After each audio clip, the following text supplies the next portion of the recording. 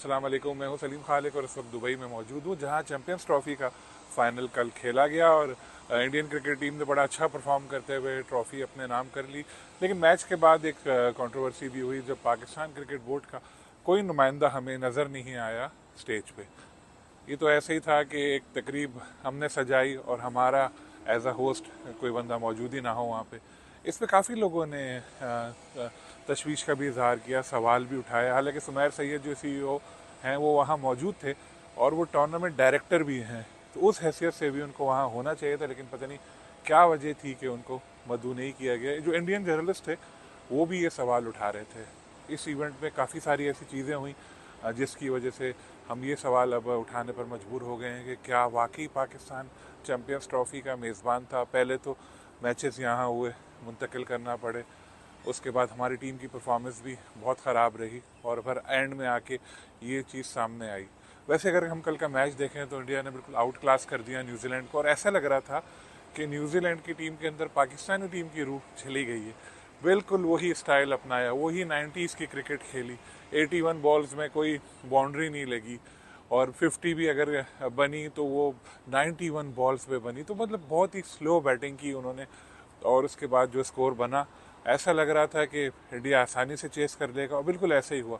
रोहित शर्मा को वहाँ पर क्रिटिसाइज भी कर रहे थे इंडियंस उनकी एक तो जिसामत को लेकर और उनकी फॉर्म को लेकर, लेकिन जिस तरह वो कल खेले बड़ी अमेजिंग उन्होंने इनिंग खेली और विराट कोहली को क्या आउट हो गए थे, लेकिन बाद के जो प्लेयर्स थे उन्होंने भी अच्छा परफॉर्म किया और इंडिया की टीम पूरे टूर्नामेंट में बड़ा ज़बरदस्त खेल रही थी। हालांकि ये बात भी हुई कि एक ही जगह पर सारे उनके मैचेस हुए और उनको एडवांटेज मिला फ्रॉम डे वन। बल्कि जिस दिन शेड्यूल जारी हुआ उसी दिन से उनको पता था कि उनके सारे मैचेस दुबई में होंगे, इस होटल में वो ठहरेंगे, इस ग्राउंड में वो मैच खेलेंगे। उन्होंने इसी हिसाब से फिर 4 स्पिनर्स भी लिए और स्पिनर्स का आपने कमाल देखा होगा। फाइनल में भी इंडिया के जो 3 स्पिनर्स थे उन्होंने 5 विकेटें आपस में बांटी और न्यूजीलैंड की टीम उस तरह से खेल नहीं पाई।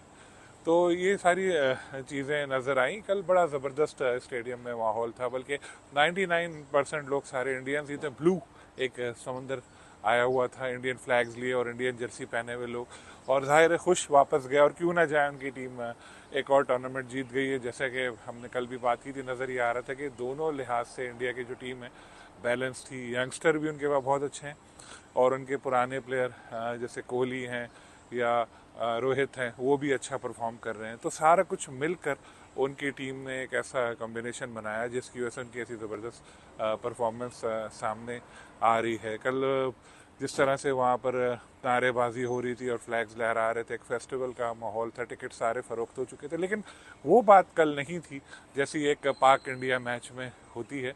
क्योंकि न्यूजीलैंड वाले मैच में वो ऐसी चीज़ नज़र नहीं आ रही थी, जहाँ ना तो स्टेडियम के बाहर उस तरह का माहौल था जैसे मैंने इंडिया वाले मैच में आया था तो देखा था, ना ही अंदर। खुश थे लोग, सब कुछ था, लेकिन इंडिया पाकिस्तान का जब मैच होता है ना तो एक बिल्कुल सारी सिचुएशन ही चेंज हो जाती है, माहौल भी चेंज हो जाता है। बड़े ज़बरदस्त यहाँ एमरेट्स गवर्नमेंट है, उन्होंने सिक्योरिटी के इंतजाम किए थे। यहाँ पर इस तरह नहीं होता कि रिवायती पुलिस वाले गन्स वगैरह लेकर नजर आए जैसे हमारे पाकिस्तान में होता है। यहाँ पर घोड़े पर सवार थे और नज़र रखे हुए थे। यहाँ रोब बहुत होता है, यहाँ पुलिस की एक गाड़ी आ जाए तो पूरे रोड खाली हो जाते हैं। जैसे बाद में मैच के बाद जश्न मना रहे थे इंडियन शायकीन, जहाँ पर इंडियन आबादी ज़्यादा है उन इलाकों में, तो वहाँ रोड पूरा भरा हुआ था, लेकिन एक पुलिस की गाड़ी आई तो लोग खुद ब खुद हटते रहे, ना उनको हॉर्न देना पड़ा ना कुछ और करना पड़ा।